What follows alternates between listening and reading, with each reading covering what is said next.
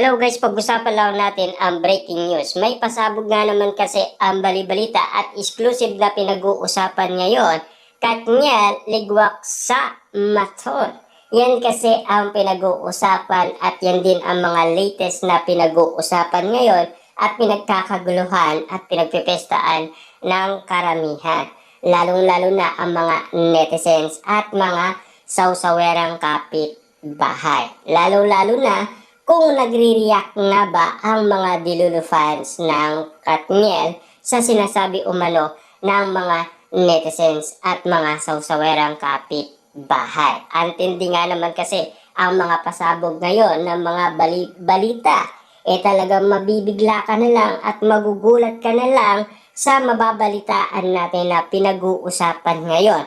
At lalong-lalo na kung ano pa ang nagiging usapin patungkol sa balita na alam naman natin kasi sina Daniel Padilla at Catherine Bernardo magdadalawang taon na ang kanilang iwalayan. Ayon kasi sa balita, may nagchika na ang tambalang mato ni na Maris Racal at Anthony Jeans daw ang papalit sa Katniel ni na Catherine Bernardo at Daniel Padilla sa proyektong After Forever. Wow, grabe ha! Papayag ba talaga si Derek Cathy na ibahagi ang hindi niya gustong ibahagi sa iba't ibang artista?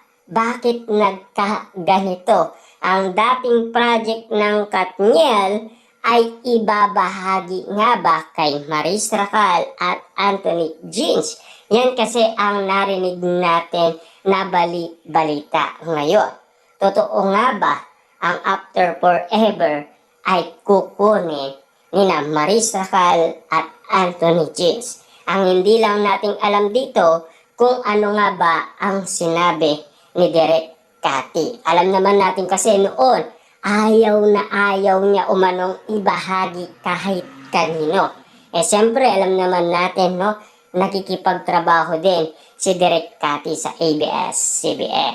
Ayon pa dito, ang nasabing proyekto na original conceptual list for Katniel noong 2020 at hindi na raw matutuloy. Wow, grabe ha! Kasi ang reunion noong 2020, ang napag-usapan na project sana ng Katniel, ang After Forever. At lalong-lalo na kasi kung hindi nag-iwalay umano sina Daniel Padilla at Catherine Bernardo, malamang sa malamang, yan ang gagawin movie ng Katniel.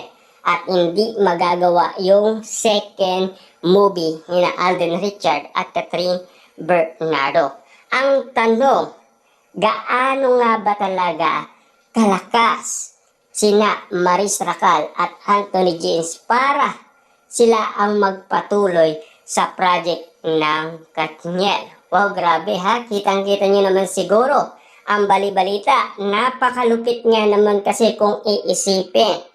Parang may kakaibang balita patungkol sa nasabi sa atin. Grabe ang mga pasabog ngayon.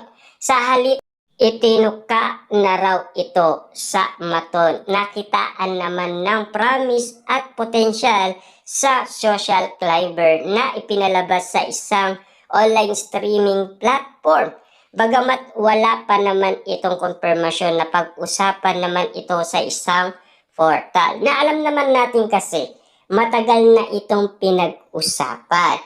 2020 sana ay gagawin na yan ni na Daniel Padilla at Catherine Bernardo. Kaso nga lang kasi nagkaroon tayo ng lockdown dahil sa pandemic. At lalong-lalo na nagkaiwalay pa sina Daniel Padilla at Catherine Bernardo. Kaya hindi na nagawa ang project na After Forever. Usap-usapan noon kung hindi sana nagkaiwalay ang Katniel, malamang sa malamang yan ang gagawin movie nila, hindi ang second movie ng Katniel. Ayon pa umano sa karagdagang balita, ito naman ang samut-saring reaction ng Kibitzer sa nasabing chika. Good follow-up social climber and incognito, they deserve more project together. Hindi ako naniniwala hanggat wala pang konfirmasyon. Kaloka, niligwak ng Maton ang Katniel. Here ko parang iniwanan ng Katniel yung project. Sana ibang project na lang at hindi hand me down. Yan kasi ang paniniwala ng karamihan. Yan din ang mga reaksyon ng iba't ibang mga tao patungkol sa balibalita na ibibigay daw ang After Forever kina Maris Racal at Anthony Jeans. Marami nga naman kasi ang hindi naniniwala na ibibigay ito kina Maris, lalong-lalo na kay Anthony. Lalong-lalo na nag-promise umano si Direk Cathy na hindi niya ibabahagi ito kanino man. Ibig sabihin, nakalaan lang ito sa Katniel. Na alam naman natin kasi parang may kakaibang nararamdaman umano ang iba't ibang mga netizens patungkol sa bagay na pinag-uusapan ngayon. Parang too good to be true. I believe Maris is a very good actress and a talented one. She deserves all the right rates. However, I wish that her network stop pairing her with Anthony. Actually, she can do it on her home. Sana rumors lang ang lahat at hindi totoo. I should to be their fans sa Zone Ring.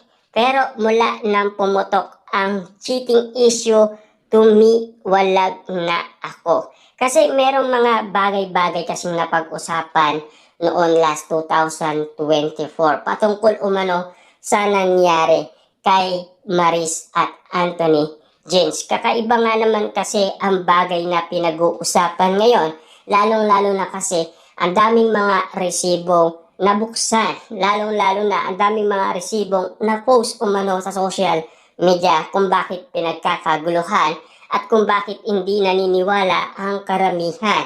Lalong-lalo na kasi kung talagang pinaniniwalaan umano sina Maris at Anthony Jeans na ibibigay ito sa kanila, pero hanggang ngayon kasi wala pa daw confirmation. Maniniwala lang ang mga tao kung katotohanan na ang ibinabalitang ito. Kahit na ako, hindi ako naniniwala. Naniniwala ako sa sinasabi umano ni Direk Cathy patungkol sa project na After Forever na matagal na ito sana nagawa ng Katniel. Na alam naman natin, matagal nang nag-promise umano si Direk Cathy na hindi niya ilalaan yon sa iba. Ito ay nakalaan lang sa Katniel. Ano naman kaya masasabi ni Daniel Padilla at Catherine Bernardo sa kanilang project na ililipat na sa iba? Kasi ang pagkakaalam ko, pinag-aandaan ito para sa Katniel, ang After Forever. Diba? Sinusuyo muli kasi ni Daniel Padilla si Catherine Bernardo para magkaroon sila ng panibagong movie. Ang pagkakaalam natin, ang nakalaan sa kanilang movie, itong nga After Forever. Pero bakit ganito ang issue ngayon na pinag-uusapan patungkol sa After Forever na movie ng Katniel? At alam ko hindi papayag si Direk Cathy sa kagustuhan ng iba.